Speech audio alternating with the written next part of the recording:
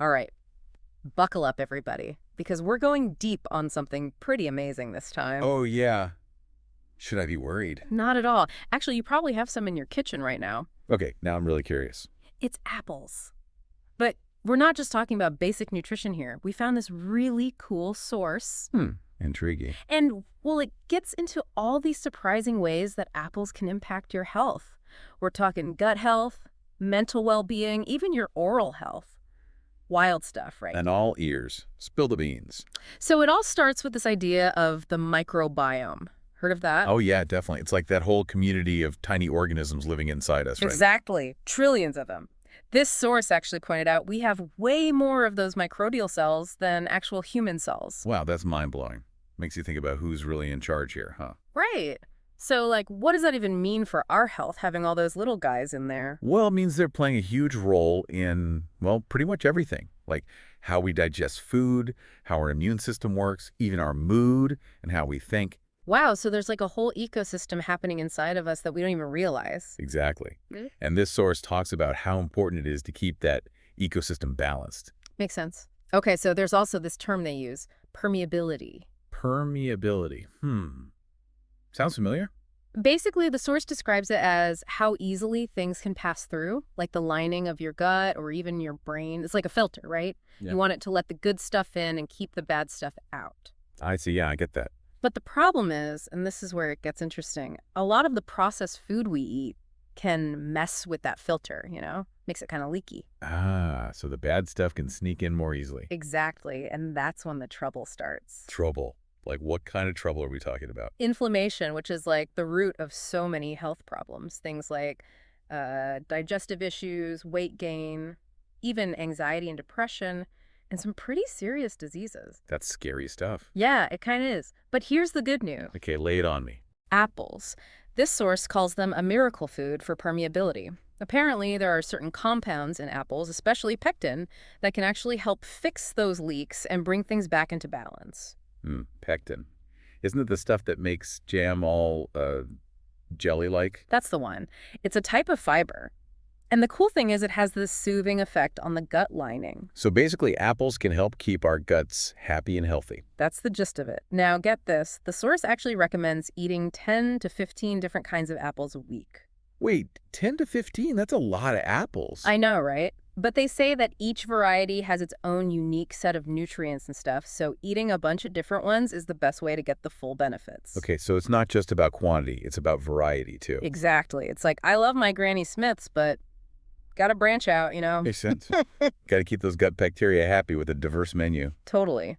So it's not just about munching on them plain, though. The source talks about all these other ways to get the most out of apples.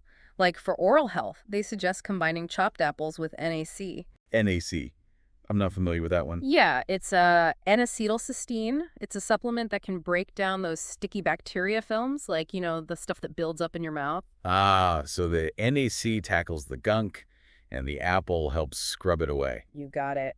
Then, for gut support, they suggest adding glutamine. It's an amino acid that basically strengthens those gut walls. So it's like giving your gut an extra layer of protection. Exactly. And if you're looking for a brain boost, they say try apples with things like magnesium threonate, CoQ10, or MCP oil. Wow, that's a lot of options. Sounds like there's an apple combo for every need. Right. But I gotta admit, sometimes apples can give me a bit of a tummy ache, like raw ones especially. Yeah, I know what you mean. Sometimes they can be a bit rough on the digestion. So the source actually recommends cooking them. Apparently, it makes them easier to digest for some people. Interesting. I wonder if cooking apples affects all those good compounds we were talking about. That's a great question. Maybe we should explore that a bit further. Absolutely. Let's dive into the culinary world of cooked apples. Yeah. It's really interesting to think about, because on the one hand, cooking can change how much of the good stuff is actually in the food. Right. But it's not always a bad thing. Like, sometimes it actually makes it easier for our bodies to absorb those nutrients. Oh, so it's like giving our digestive system a head start. Exactly. And when it comes to apples, specifically like baking them or stewing them, can actually make certain compounds even more concentrated. Like pectin. Yep, pectin, that gut-soothing fiber we were talking about. So even though you might lose a bit of some nutrients in the cooking process, You could actually end up with more of others. makes sense. Plus, let's be real, cooked apples are just so darn tasty. Oh, absolutely. Nothing beats a warm apple crumble on a chilly evening. Okay, now you're making me hungry.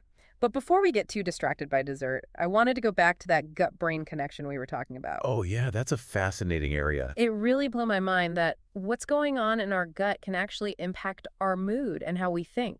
It's pretty amazing, right? Hmm. Like, we used to think of the brain as this separate entity, but now we're realizing how interconnected everything really is. So this leaky gut situation, Right, where those harmful substances can sneak through. that can actually cause inflammation in the brain. That's what the research is suggesting, yeah. There's more and more evidence that the gut microbiome plays a big role in regulating those brain chemicals, the neurotransmitters, Which basically control everything, right? Mood, sleep, focus. pretty much. So yeah, taking care of our gut health can have a ripple effect on our overall well-being, including our mental state. Makes you really appreciate the power of food. Absolutely. And like we were saying with those different types of apples, Right. That variety is key. it's not just about quantity. It's about making sure you're getting a diverse range of nutrients and those phytochemicals, which are like these powerful plant compounds. Phytochemicals, what are those exactly? Basically, they're like the plant's natural defense system. Okay. They protect the plant from things like pests and diseases. And when we eat plants that are rich in those phytochemicals, we get some of those benefits too. So it's like borrowing the plant's superpowers. Exactly. And apples are packed with them, especially a type called polyphenols, which have all sorts of amazing antioxidant and anti-inflammatory properties. Okay, so we've covered the health benefits, but what about the environmental impact of apple production? Is there anything we need to be mindful of there? That's a great question and something we should definitely consider because, like with any kind of agriculture, there can be environmental impacts. What are some of the main concerns? Well, one of the big ones is pesticide use. Conventional apple orchards often rely on a lot of pesticides to protect their crops, Right. and those pesticides can end up harming beneficial insects, contaminating water sources.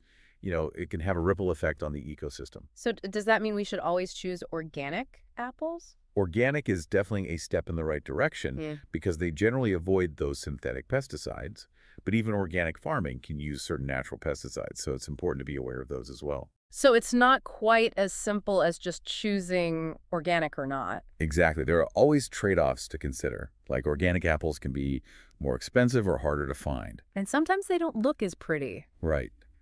But ultimately, it comes down to personal choice, weighing the pros and cons. Okay, so pesticides are one thing. What else?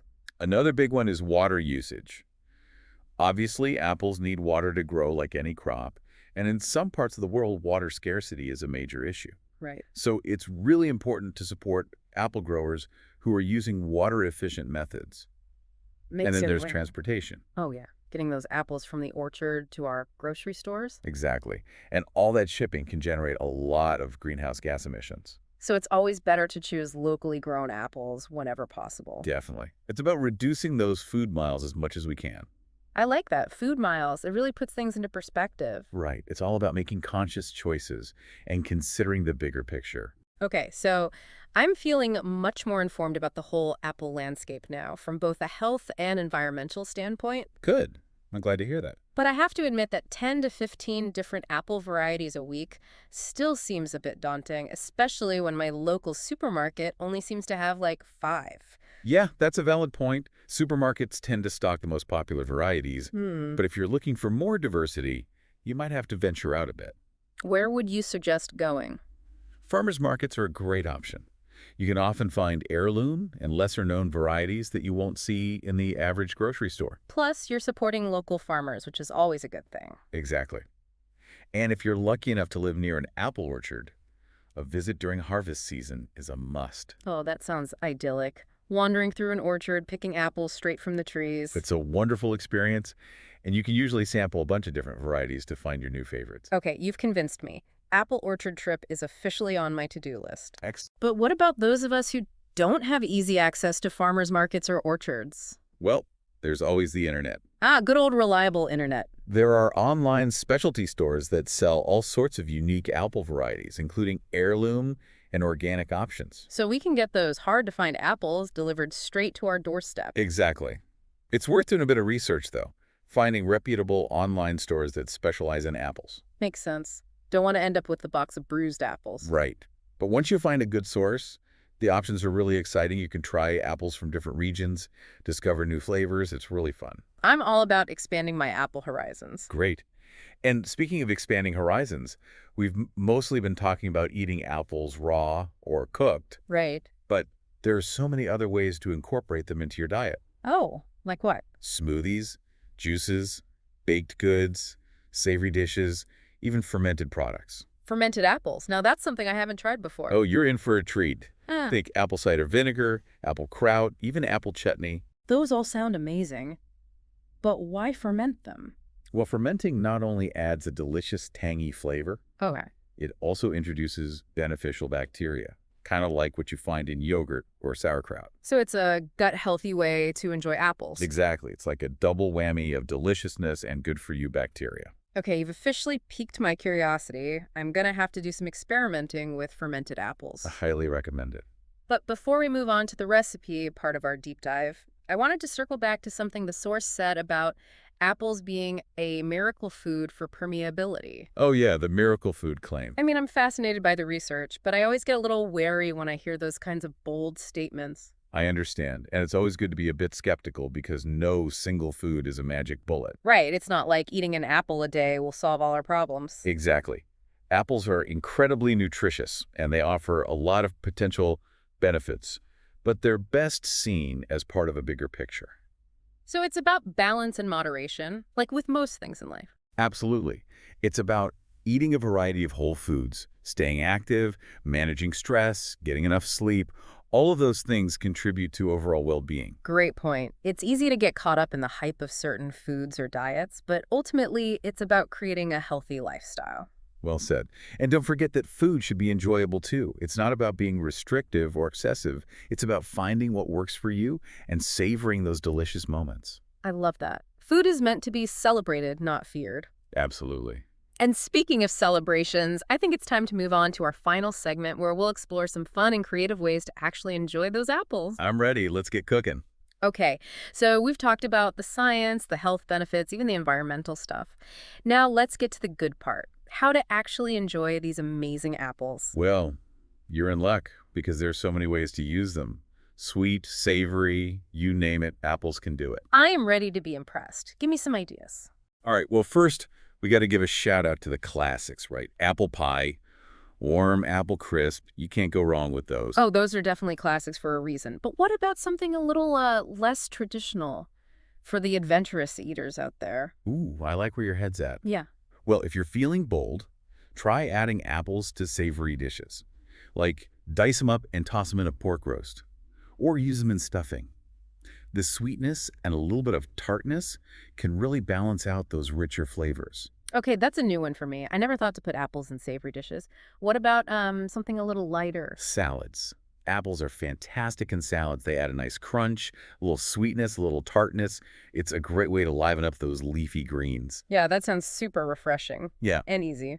yeah. Okay, what about drinks? Any good apple drinks besides the usual apple juice? Oh, definitely. Apple cider, of course. Yeah. That's a fall staple. Mhm. Warm, comforting, and you can spice it up however you like. Love a good apple cider. And if you want something a little stronger, there's always hard cider too, right? Right. But we've been talking about eating apples, drinking apples. What about those homemade spreads? Applesauce, apple butter. Ooh, yeah. Homemade applesauce sounds amazing. I bet it tastes so much better than the store-bought stuff. Oh, definitely. And apple butter. It's like concentrated apple goodness. You can spread it on toast, crackers, stir it into yogurt. So many possibilities. Okay, now I'm really getting hungry. And what about those fermented apple things we were discussing? Ah, yes. Those are fantastic for your gut health. Apple cider vinegar is probably the most famous one. Right. And people claim it can help with like everything. Blood sugar, weight loss. Yeah, there's definitely been some research on those benefits, but I think more studies are needed to know for sure. So take it with a grain of salt, as with any health claims. Exactly. But even without those potential benefits, apple cider vinegar is just delicious. It adds a great tang to salad dressings, marinades. You can even use it in drinks. Okay, I'm definitely adding apple cider vinegar to my shopping list. Excellent choice. And don't forget about those other fermented apple treats. Apple kraut, apple chutney. They're a whole new world of flavor. I am ready to explore that world.